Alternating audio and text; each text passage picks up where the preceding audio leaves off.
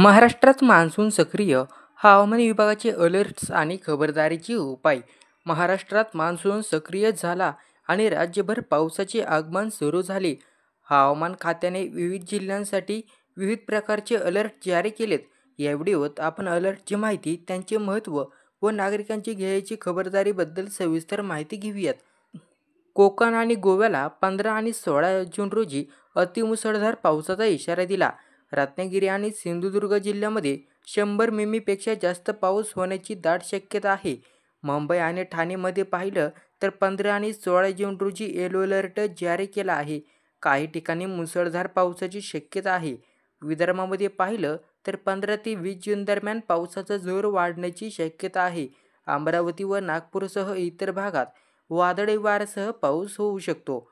पावसाचा प्रभाव शेतीला. पावसामुळे शेतकऱ्यांचे पिकांच्या वाढीसाठी आवश्यक पाणी मिळणार आहे. तथापि अतिवृष्टीमुळे पिकांचे नुकसान होण्याची शक्यता आहे.